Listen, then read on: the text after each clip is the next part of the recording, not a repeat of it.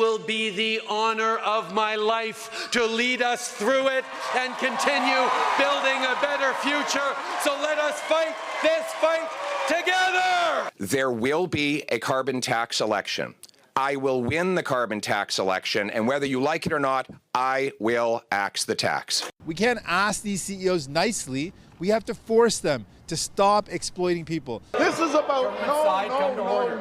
I think the cheese has slipped off the cracker with that number. This is a great victory for all of us. Unconstitutional clean electricity regulations, their unconstitutional emissions cap, and their unconstitutional methane cap. So ball's in their court. Well, it is our last show of the year, and boy, oh boy, there have been a lot of twists and turns in the last 12 months. Some examples you just saw. To end off today, category is plays and misplays, when the politics were bang on the money and when they went way off the tracks. Our 9-minute lightning round starts right here. Sabrina Grover, Melanie Paradis, Garat Singh, Rachel Aiello, starting off with the misplay, so we can end on a high note at the end of the show. Sabrina, let's start with you and your misplay. So my misplay is Rachel Notley losing the Alberta election. I think that it was really her election to lose. It was really the NDP's election to win. And it is unfortunate that it was just a hair that they lost by. I think there were a lot of missteps, both in the framing of advertising and framing Danielle Smith across the campaign. And then I think probably the biggest misstep, which I hope offers them opportunities in the future, was the way that they engage with business and the corporate tax increase that they had proposed. I think that there is definitely hope for the future of the NDP here in Alberta, and we'll see what 2024 holds. Probably a leadership race, but yeah, it's an unfortunate loss. Mel, your response to that on Rachel Notley? I mean, I think that she had a good go in her political career, and that it just wasn't her time, and that Danielle Smith has done a fantastic job as premier. She did a great job during that election too. Okay, Garat, your misplay of the year. My misplay of the year would have to be Doug Ford and the Green Belt whole fiasco and the ensuing RCMP investigation. It's really problematic that we had a situation in which a premier was letting a small group of his friends get access to, a huge part of protected land. And clearly, we're seeing a huge fallout from that with this RCMP investigation. As the history of Ontario looks, I always feel like there's always another shoe to drop. And I think it was a bad misstep, and there's potentially some more poor missteps to come. It was a huge fiasco. Rachel Aiello, just weigh in on that as Garat's misplay. What do you think? I think we're all still waiting if there is another shoe to drop in this case. Obviously, RCMP investigations can take some time, so we may be waiting a while. But yes, I think this is one of those examples of a controversy just kind of drips, and then it becomes an inferno. I think he took the right step in trying to reverse course, but I think time will tell if it was enough. Okay, to you, Mel, who's getting your misplay of the year? So, I mean, I could talk about this one for the rest of the show, but I won't. I'll be as brief as I can. The billboard that the Manitoba PCs decided to use during their election, promoting their policy against digging up the landfills to find the bodies of murdered and missing Indigenous women and girls. This was an abomination. This was campaign malpractice, frankly. This sign never should have existed. I think the policy was stupid to begin with, but certainly the signage was atrocious. You're sending a message to voters about your values in this message. This isn't about money. It's about what you value, that it's not worth it to you to spend the time and the resources to find the bodies of murdered women and girls. Like, you expect voters to respond positively to that? That's nonsense. And I raise it because I hope that conservative parties across this country for the next 25 years use this in their PowerPoint presentations on what not to do and ensure that this never happens again. Yeah, Heather Stephenson's strategy really had a lot of people scratching their heads. Garat, your read on that misplay?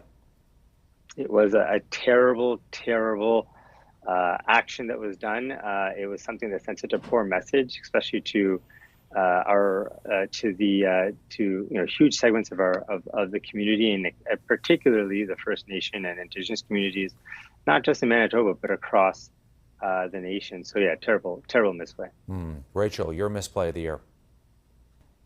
So I'm giving my misplay of the year to former House Speaker Anthony Roda's invitation of and recognition of a Nazi-era veteran. I watch the House of Commons quite closely, and I think this is the biggest misplay of the year for a couple of reasons. One, because of the international embarrassment and blowback we got as a country over this, including the impacts it had on Ukrainian President Zelensky. I also think it was an easily avoided mistake. I think partly because of the rush to plan this Zelensky visit. And as well, I do think some hubris in having the opportunity to be able to recognize someone from your riding kind of got ahead of him. And thirdly, because it is kind of broken the seal, perhaps started a bit more of an easing into being able to question this speaker. Obviously, we've watched Greg Fergus get challenged for behaviors of his own. But I do wonder if this historic speaker's election has kind of broken that precedent for being able to replace speakers mid-session, and what that could mean more broadly for democracy, I'm concerned about.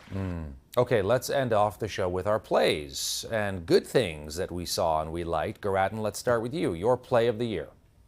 Dental care. This is, I really need to, emphasize how huge of a win this is, not just for the NDP, but for Canadians across the board. We have a healthcare system that doesn't truly cover us from head to toe. This is the largest expansion of healthcare in recent history, I think since its inception, if I'm not mistaken. And this is the result of the NDP demonstrating to Canadians that they will fight for you, that the NDP is committed to making sure that Canadians who are worst off have more access to resources.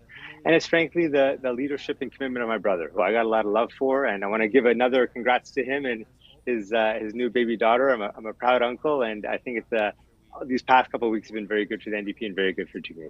All right, Mel, who gets your play of the year? So we spoke about it briefly, but the Ford Chow deal for the city of Toronto definitely is my play of the year. Not only for Olivia Chow, I think she got a lot of the win bump for the right after the announcement for the first couple of days, but now that it's passed at City Hall, I think it's really fair to say that actually this is a big win for Doug Ford too, because now Toronto City Hall will no longer be stuck debating the Gardiner Expressway and whether to tear it down or not for the next 20 years as they have for the previous 20 years.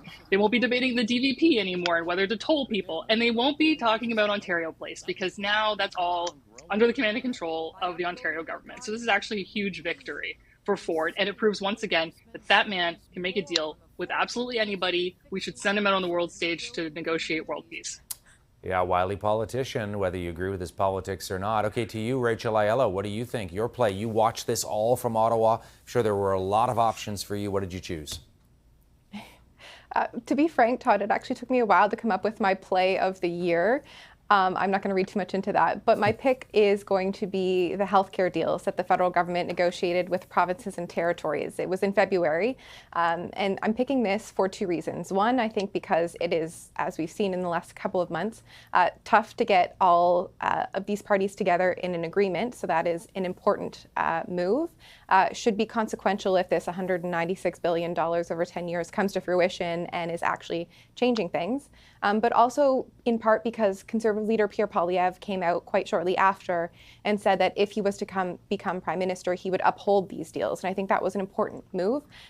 Piece by piece, bit by bit, we're starting to see what Poilievre is going to stand for, what he's going to campaign on.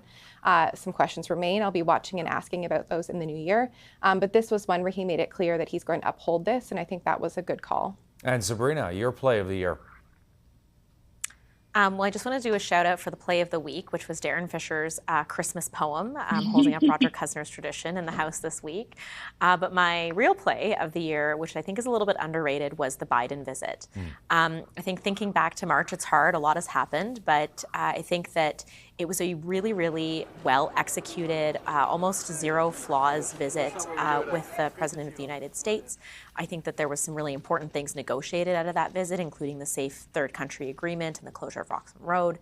And I think overall it set the tone for the positive relationship that Canada's had with the United States over this year, including, some of the India controversy and the India allegations that have unfolded this fall. So, yeah, I think it was a really excellent visit by the Prime Minister or by the President of the United States.